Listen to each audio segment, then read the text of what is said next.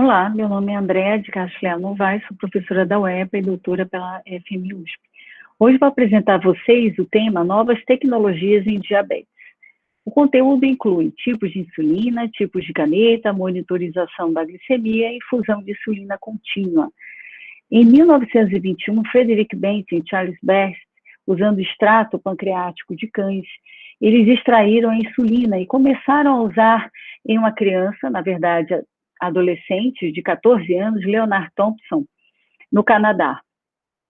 E aqui ao lado podemos ver o jovem, alguns meses depois do início do tratamento. Com isso, eles conseguiram o Prêmio Nobel de Medicina e foi um marco no nosso século. Bem, primeiramente vamos falar sobre os tipos de insulina.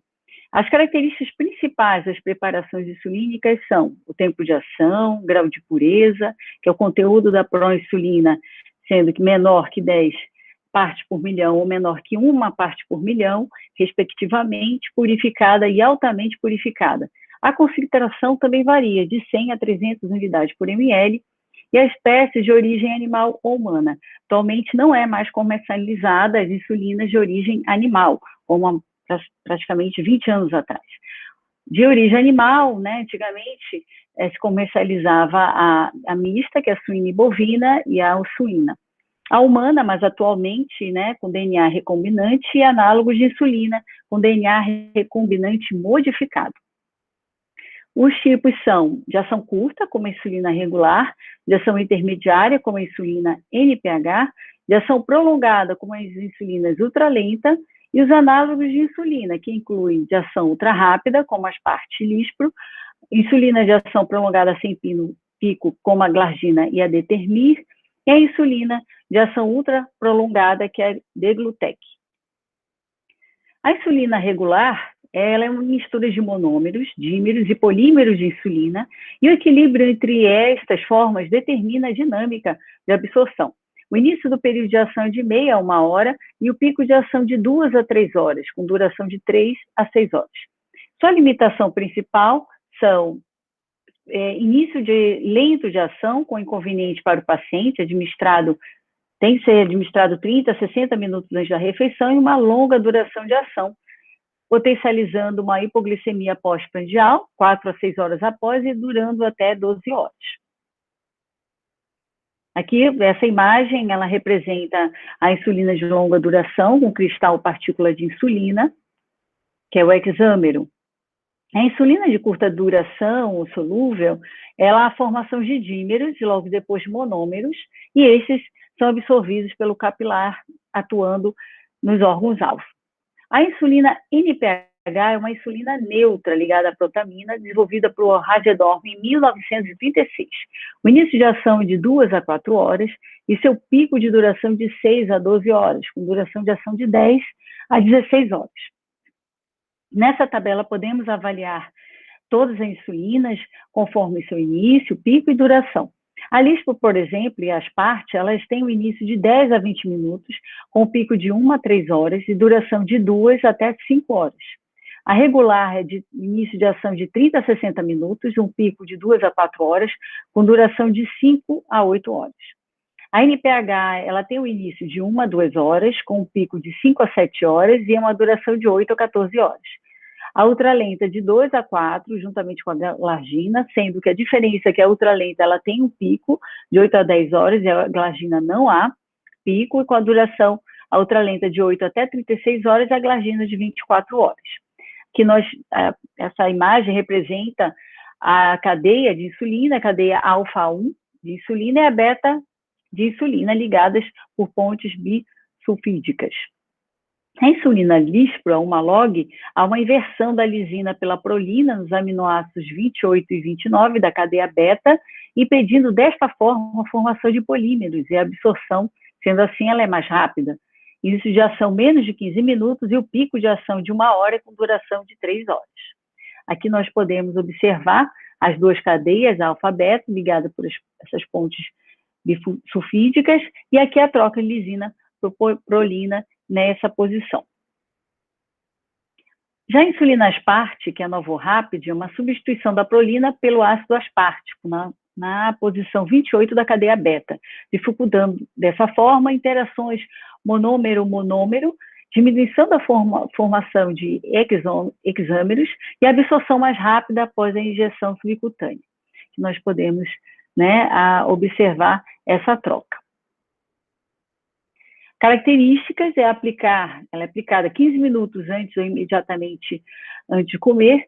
Aqui nós temos, pode ser usado em criança e misturado também NPH lenta e regular, e o aspecto é transparente. Recentemente foi lançada a Fiasp, que é uma nova insulina asparte, entretanto ela é mais rápida ainda, sendo que a criança, ela pode, ou o paciente, ela pode sentar, iniciar a sua refeição e já aplicar a insulina que vai ter sua ação iniciada. Os análogos de insulina de ação prolongada, nós temos aqui exemplificada a glargina, onde há a substituição da glicina na posição da cadeia A21 e a adição de 2 argininas na posição beta-30. Ela mimetiza a insulina basal pancreática, não apresenta pico distinto de ação, início de ação de 1 a 2 horas, pico de ação achatado, tempo de ação de 24 horas. Que é a Lantus, né? A administração ela é em dose única diária, assegura bom controle metabólico nas 24 horas por dia, estimula maior aderência do paciente, menor incidência de hipoglicemia e deve ser usado em diabetes tipo 1 junto com os análogos de ação rápida, não apresentando picos indesejáveis de ação. E o aspecto também é transparente. Ela não pode ser misturada com nenhuma insulina, ela é aprovada para o uso de diabetes tipo 2 e diabetes tipo 1 maiores de 6 anos e não deve ser usada em grávidas, quando em combinação com drogas orais, iniciar com 10 unidades ao deitar. Aqui nós podemos observar as indicações principais, que são pacientes com diabetes tipo 1 com controle metabólico inadequado e graves quadros de hipoglicemia não percebidos pelo paciente. Aqui ilustra a ação da insulina NPH, tendo esse pico de ação e logo decresce a sua disponibilidade, diferentemente da glargina, que a sua biodisponibilidade é contínua, em platô, nas 24 horas. Aqui podemos observar a solução, né, da insulina glargina com pH 4 e do interstício pH 7,4. Isso leva a uma precipitação da insulina em hexâmeros e a dissolução gradativa e lenta em dímeros e monômeros e a sua ação, finalmente, no capilar. Já a insulina Detemir, que é a Tresiba, é uma insulina análoga de longa duração, também sem picos, molécula de ácido graxo na estrutura de molécula de insulina, com ligação à albumina plasmática. Essa liberação também é lenta e continuada nas 24 horas, pode ser usada em diabetes tipo 1 ou 2, risco reduzido de hipoglicemia diurna e noturna e pH neutro, menos dor na aplicação. Essa insulina basal, que forma multi-exames solúveis, após a injeção subcutânea, como apresentado anteriormente, isso leva a uma duração ultralonga, superior a 42 horas. No diabetes médio tipo 1, apresentou taxas de 34% a 25% inferiores de hipoglicemia noturna, confirmada em comparação com a Detemir e glargina. E temos agora a insulina Toujeo, que é a glargina concentrada, a única insulina que tem essa composição em 30 unidades por ml. Qual a diferença, né, com a insulina glargina, que é 100 unidades por ml?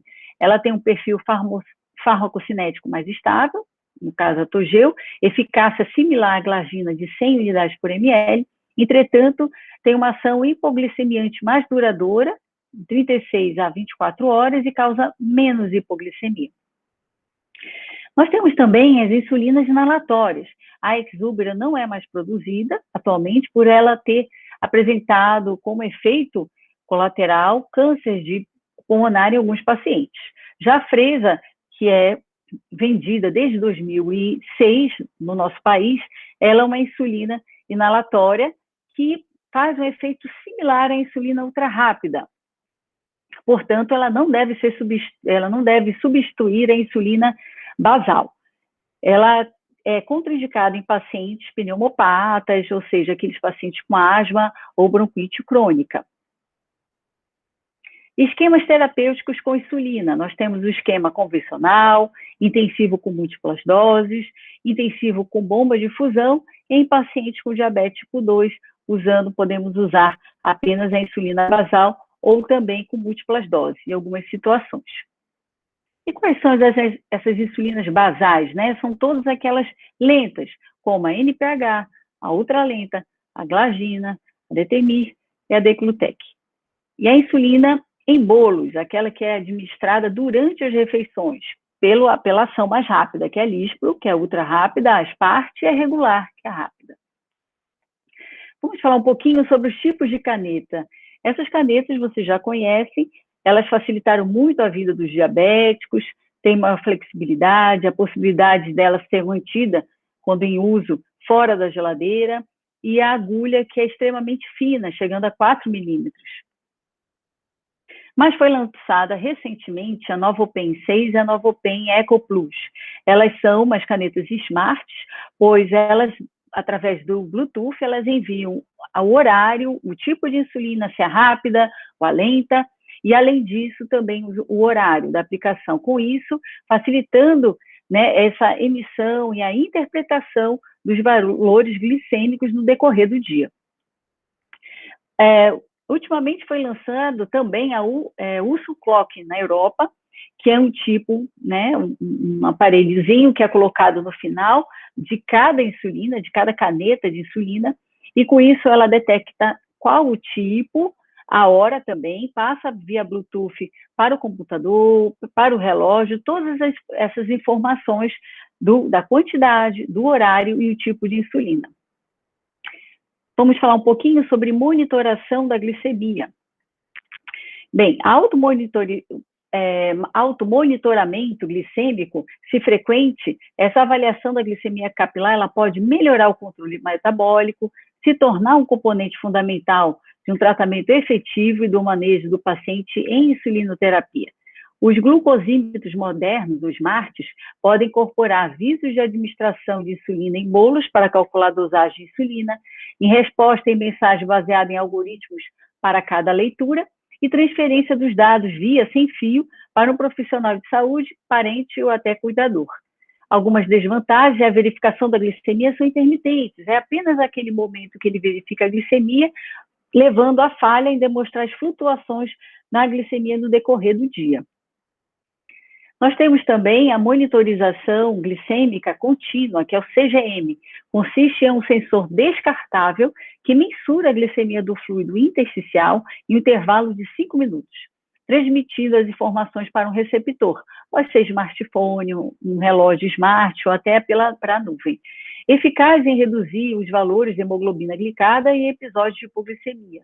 Maior acurácia, e existe um único dispositivo implantável, que é o Eversense, que é totalmente implantado embaixo da pele por um profissional de saúde, funciona por 90 a 80 dias e visualização dos dados através de um dispositivo no corpo.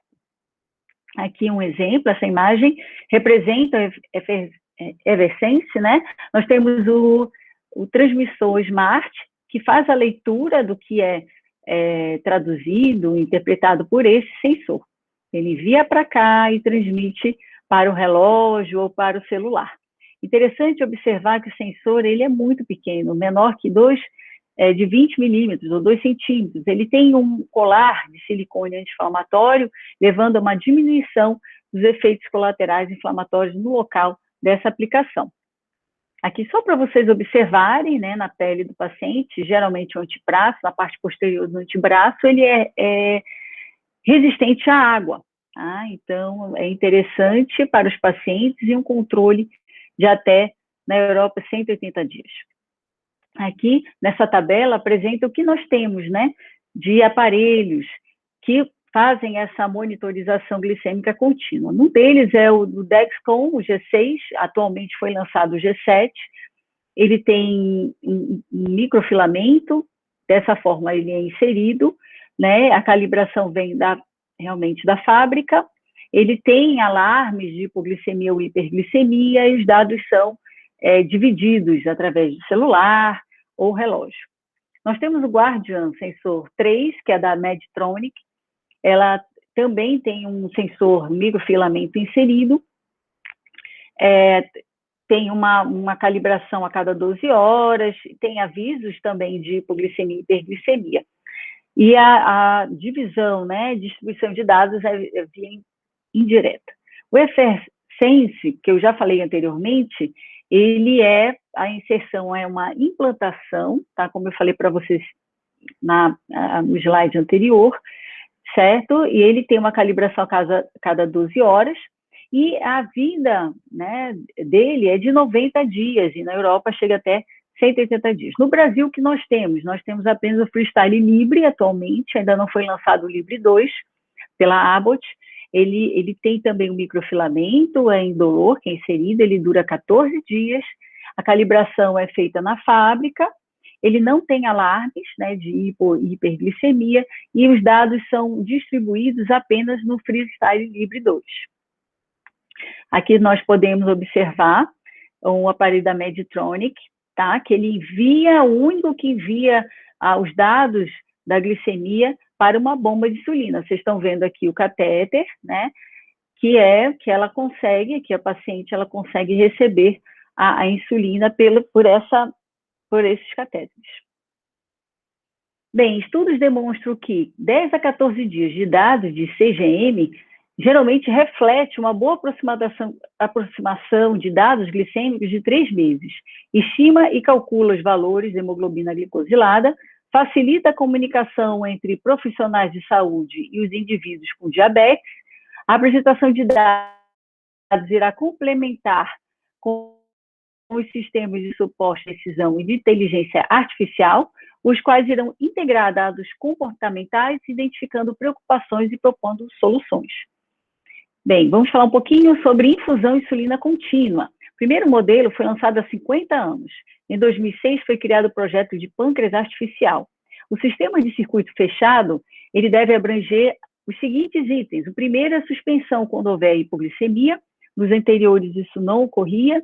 Suspensão de hipoglicemia preditiva, ou seja, quando está próximo a evoluir, o sistema sente que está tendo uma queda rápida, ele já libera o glucagon no sentido de elevar a glicemia, minimização da hipo ou hiperglicemia, o circuito fechado basal híbrido automatizado, isso é interessante, e por último, o circuito fechado de insulina e multi-hormônios, como eu já falei, né, tanto a insulina quanto o glucagon, totalmente automatizado. Indicações como dificuldades para manter esquemas de múltiplas aplicações ao dia, ou que, mesmo usando esses esquemas, ainda não consigo controle adequado. Se houver controle inadequado da glicemia, ocorrer grandes oscilações glicêmicas, ocorrência do fenômeno do alvorecer, com níveis de glicemia de jejum acima de 140 a 160 miligramas por DL, ou seja, uma hipoglicemia no meio da madrugada, levando o aumento de todos os contrarreguladores, né, os outros hormônios, que é o cortisol, o glucagon, o GH, com isso elevando, né, dando essa hiperglicemia no início da manhã, e ocorrência do fenômeno do entardecer. Grande variabilidade e oscilações glicêmicas no dia a dia é outra indicação. Ocorrência de hipoglicemias frequentes e graves, hipoglicemia noturna frequente ou hipoglicemia assintomática. Em pacientes com grandes variações das rotinas diárias ou com necessidade de maior flexibilidade no estilo de vida. E portadores de diabetes grávidas com intenção de engravidar. O que vocês podem observar nesse esquema é a insulina basal, né? Ela não tem picos, né? Ela tem uma liberação contínua, simulando a ação do pâncreas humano, e durante as refeições a bomba de insulina libera as doses, né, em bolos para diminuir a hiperglicemia pós-prandial. Aqui nós podemos observar, tá, o Dextron 7, aqui G7, junto com uma bomba de insulina. Aqui o catéter e aqui onde é inserido uma agulha, e assim a liberação de insulina.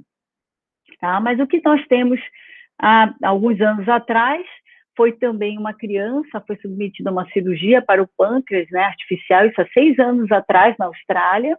Nós podemos observar que é pela primeira vez que tem realmente uma bomba de insulina à prova d'água, que até o momento não era, a paciente tinha que tirar a bomba se quisesse tomar banho, ir na piscina, no máximo no período de 2 horas.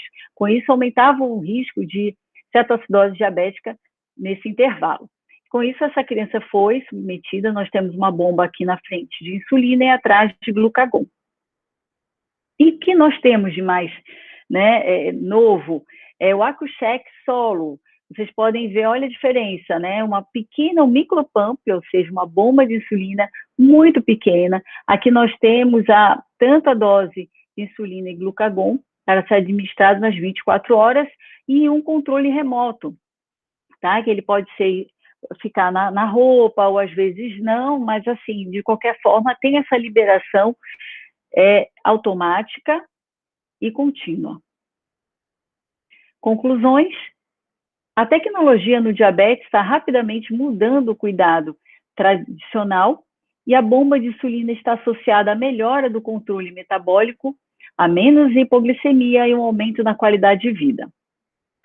A monitorização glicêmica contínua e o sistema automatizado de liberação de insulina responsiva à glicemia estão fortemente associados a um melhor controle metabólico, menos episódios de hipoglicemia e redução da ansiedade e a melhora da qualidade de vida.